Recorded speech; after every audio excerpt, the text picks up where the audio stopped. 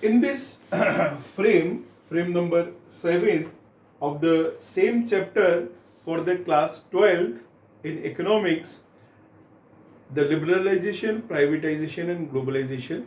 Today, we will see the effects of liberalization on the foreign exchange, or we can also say the foreign exchange reforms. See, foreign exchange is nothing, it is the synonym of the foreign currencies, the currencies of other world.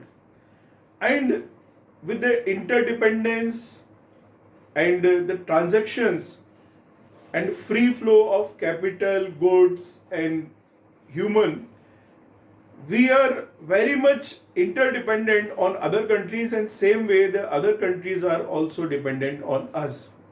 So foreign exchange and foreign currency play a crucial role for any type of transaction or any type of business. Now, at the time, what were the major issues and challenges with respect to foreign exchange after 1980 to 1990? Okay, so that time our financial position of India was very bad. It was not in a good position, and considering the foreign exchange and external market means the market with the rest of world, what were the major issues and major problems that time? Very low reserves or foreign exchange with government and RBI. See, RBI is the considered as the custodian of the foreign exchange, gold, foreign securities, SDRs, etc.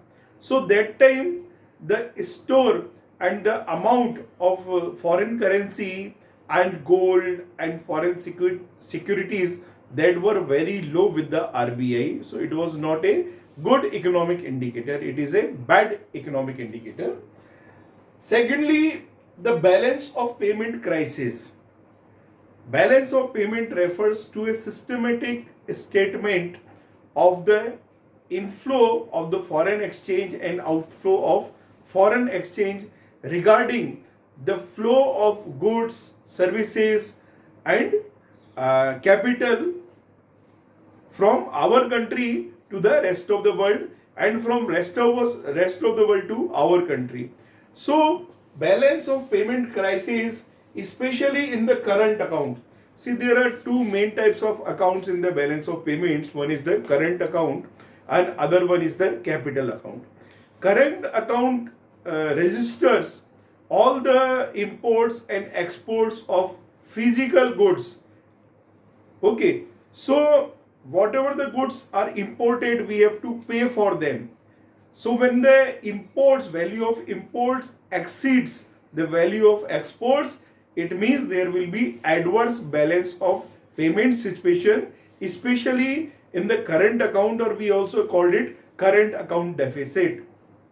So this balance of payment crisis due to much import of the foreign commodities outside the India, outside the country. So we have a heavy pressure to repay for the imports. So it was called current account deficit. So it is the balance of payment crisis. Then crude oil, as I have told earlier in the many of the videos, that crude oil is the backbone of the industrial base, because it is used for the industrial, to run the industry, to run the manufacturing units, and to run the vehicles also. So crude oil is very important component for the any country's industrial growth. So there was a high burden of importing crude oil from all oil producing countries, especially from the OPEC countries. We used to and we still import the crude oil. So we had a lot of pressure, because that time the relations between the international relations between the US and Iraq, they were towards the war. So the US and Iraq war also contributed a lot to crude oil price hike. So it was high pressure of importing crude oil from oil producing nations. Then pressure and burden of the repayments and interest of loans borrowed from rest of the world. See, as I've discussed, that our financial condition was not good.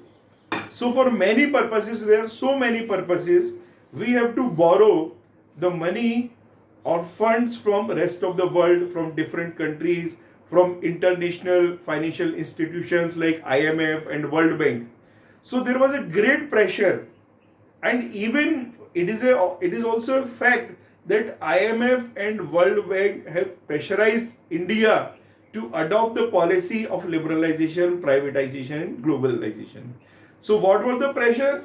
And the pressure and burden of repayments.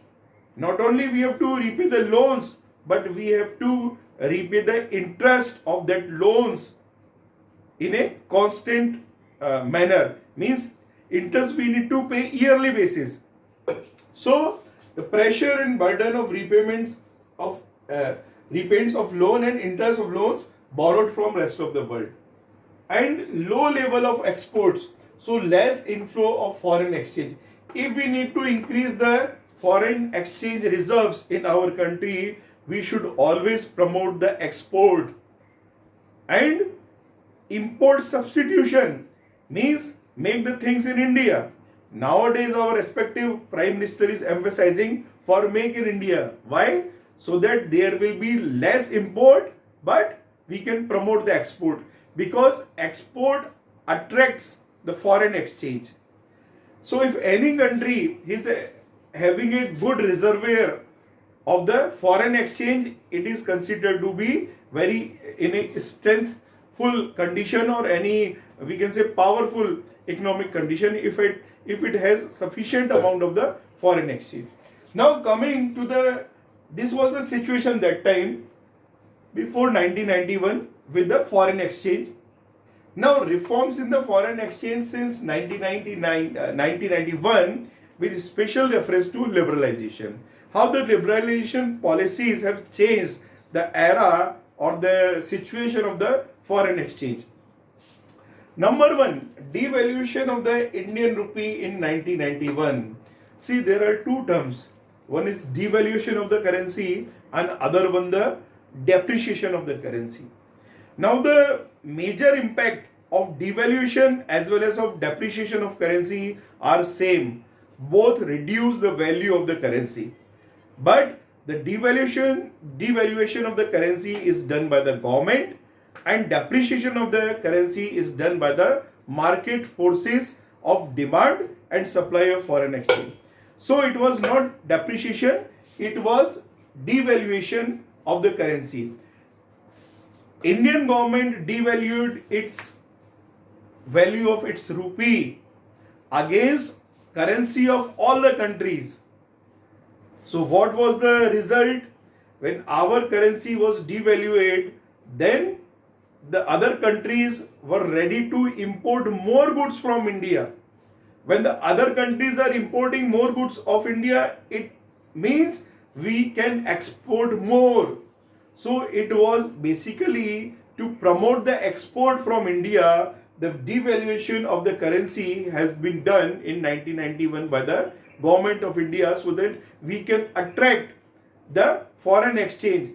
So this devaluation of the currency has increased the inflow of foreign currency or foreign exchange. So number 1 point, devaluation of Indian rupee in 1991. The Indian rupee was devalued by government in view of promoting the exports and more inflow of foreign currency. Then adoption of the flexible exchange rate system. Earlier we have the fixed exchange rate system, that is also known as the paging or paged. So in which the government decide the value of our currency against the value of other countries' currency. But after 1991, I think in 1993, we have adopted the flexible exchange rate system, in which the market forces of demand and market forces of supply of foreign exchange decides the exchange rate. So earlier there was fixed exchange rate system, also known as paging.